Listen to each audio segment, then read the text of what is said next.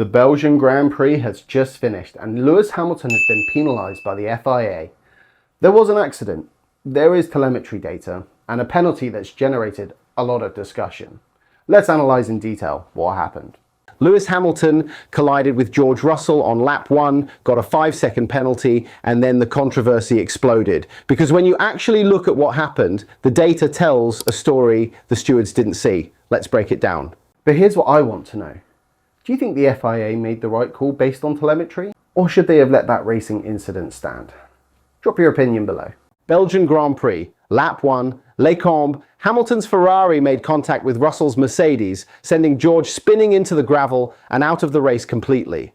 The stewards didn't hesitate. 5-second penalty for causing a collision. Case closed. Except it wasn't. Because the incident itself, the telemetry from Hamilton's car and what happened afterwards in the pits turned this into something way bigger than a simple racing incident. And by the end of this video, you're going to see why both drivers think the penalty was wrong, even though one of them got eliminated from the race. If you are new to the channel, make sure you go ahead and subscribe. Means the world having your guys' support. Let's get started. So let's rewind to the start. Russell and Hamilton lined up 3rd and 5th on the grid at Spa. Russell ahead, Hamilton behind in the Ferrari. Standard opening lap at Spa means everyone's charging down the Camel Straight at full speed, and that's exactly where Hamilton made his move. Russell's Mercedes struggled for straight line speed. Ferrari's low drag package, the one Hamilton specifically pushed the team to run, gave him a massive tow. He blasted past Russell down the straight. 4th place was his. But then came the braking zone for Les Combes. Russell didn't just sit back, he moved back alongside Hamilton. Former teammates, now battling wheel to wheel. Russell went around the outside. Risky, but he had the racing room. And that's when it happened.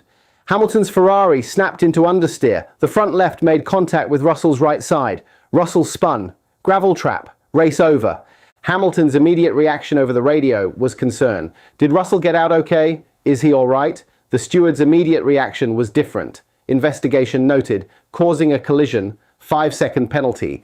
Now here's where the telemetry becomes critical. The FIA stewards report stated that Hamilton experienced understeer during the corner. That part's true. They also said he attempted to avoid Russell by applying corrective steering. Also true. But then they concluded that Hamilton was unable to maintain sufficient separation and that Russell remained within the available racing room, which put the blame entirely on Hamilton. Hamilton disagreed hard. He called it a racing incident, and so did Russell, which is wild when you think about it. The guy who got spun out of the race is defending the guy who hit him. That tells you something about what actually happened in that corner. Russell's quote after the race was clear.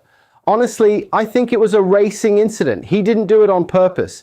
Yeah, he was more to blame than I am, but he didn't do anything reckless. Coming from the driver who lost everything in that moment, that's significant.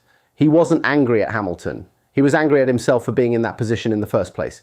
And Hamilton's response, quote, I think it was a racing incident, so obviously I didn't think it should have been a penalty, but it is what it is. He took the 5 seconds during his pit stop under the virtual safety car and moved on. But the penalty wasn't even the worst part of his day, because during that same pit stop, something else went wrong. Ferrari double-stacked Hamilton and Charles Leclerc under the VSC. Tight timing, high pressure. Hamilton came into his box, the crew serviced the car, and as he was pulling away, he made low-speed contact with a Ferrari mechanic working on the front right. The mechanic went down. Hamilton immediately came on the radio. Is he okay? Is the mechanic okay? His race engineer, Carlos Santi, confirmed the mechanic was fine. But the incident triggered another FIA investigation, this time for unsafe release. And here's the kicker. Because of that contact, because Hamilton had to stop slightly to avoid running over the mechanic completely, Ferrari didn't have time to give him the front wing adjustment he'd requested. He went back out with a compromised setup and damage from the Russell collision. The front left section of his floor was gone. Hamilton's own words. We lost a massive amount of downforce, I don't know what the numbers are, but the front left section of the floor was gone. So now we're dealing with 2 penalties, floor damage, no front wing adjustment, and a car that's hemorrhaging downforce at one of the fastest circuits on the calendar. And Hamilton still finished 4th, 6 seconds off the podium. But here's the question.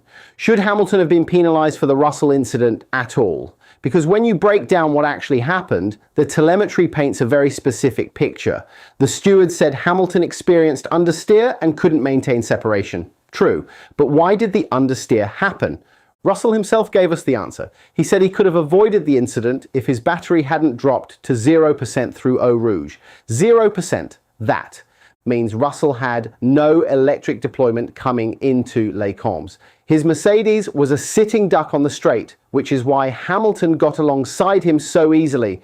But it also means Russell was vulnerable and slower than usual in the braking zone. Hamilton, meanwhile, was on full attack. He just used battery deployment to blast past Russell. His Ferrari had momentum, and when Russell came back around the outside, Hamilton was already committed to the corner at a speed calculated for a normal racing line, not for a car reappearing on his outside with less momentum than expected. The understeer happened because Hamilton's entry speed was correct for an empty track, but wrong for a car suddenly appearing alongside him. He tried to correct. You can see it in the steering input, but physics doesn't care about intention. The front left touched Russell's right side. Russell spun.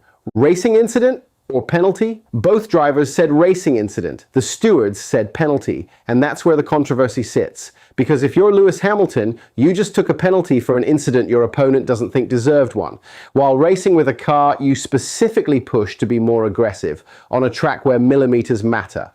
And then you add the unsafe release investigation. Hamilton didn't ask to be double stacked. He didn't tell the mechanic to stand in front of the car as he was leaving. The contact was low speed, the mechanic was okay, but the FIA still investigated Ferrari for the release. Not Hamilton directly, but it adds to the narrative of a weekend where everything that could go wrong did.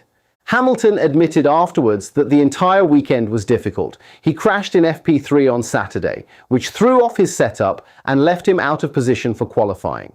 He said with the right setup, Ferrari could have been second or third on the grid. Instead, he started fifth, which put him in traffic, which led to the Russell incident, which led to the penalty and the damage. Chain reaction. One mistake in practice cascading into a compromised race. And when you're fighting for a championship, those mistakes compound. Hamilton took responsibility for the FP3 crash. He owned it. But he also made it clear he didn't think the Russell penalty was fair. So what does this mean going forward? Well, Ferrari now has data showing that their low drag setup works.